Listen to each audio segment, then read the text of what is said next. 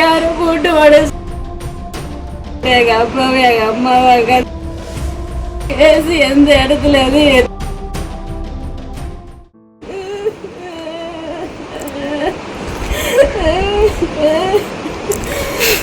பேருக்கு அதாவது நான் சிஆர்பிஎஃப்ல தான் வேலை பார்த்துட்டு இருக்கேன் ஜம்மு காஷ்மீர்ல.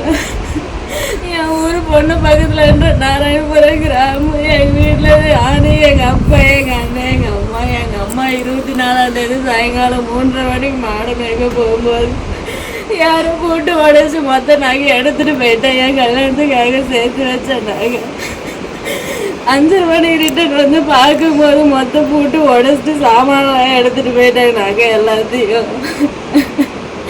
6 மணிக்கு எங்கள் அப்பா ஆடு மேய்ச்சிட்டு வந்து பார்க்கும்போது ஒரு நகையும் கூட இல்லைன்னு சொல்லிட்டு எங்கள் அப்பாவும் எங்கள் அம்மாவும் அது ஓடாவிட்டு எங்கள் அண்ணன் வேலைக்கு போயிட்டு ரிட்டர்ன் வந்து பார்க்கும்போது அவங்க அழுதுட்டு இருந்தது பார்த்து கேட்டுட்டு போலீஸ் ஸ்டேஷனில் போய் கம்ப்ளைண்ட் கொடுத்தா. ஜூன் மாதம் 24ஆம் தேதி நைட்டு.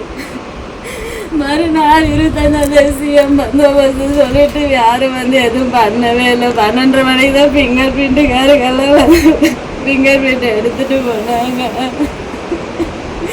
எஃப்ஐஆர் காப்பி கூட போடாமல் 28ஆம் தேதி தான் எஃப்ஐஆர் காப்பி போட்டு கொடுத்தாங்க. நான் எல்லா விதத்துலேயும் ட்ரை பண்ணி பார்த்துட்டேன். கேஸ் எந்த இடத்துல எதுவும் எடுக்க மாட்டேன்றாங்க. எங்கள் வீட்டில் யாருக்கும் எந்த பண்ண முடியாமல் நிற்கிறாங்க.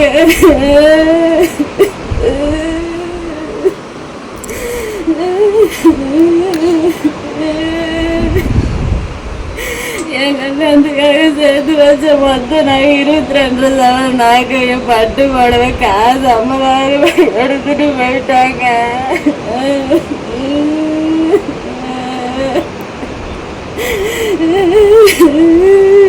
எல்லா விதத்துலையும் ட்ரை பண்ணி பார்த்துட்டு யாரும் எனக்கு ஹெல்ப் பண்ணுற மாதிரி இல்லையே. போச்சு எங்க நாங்க எல்லாமே போச்சு.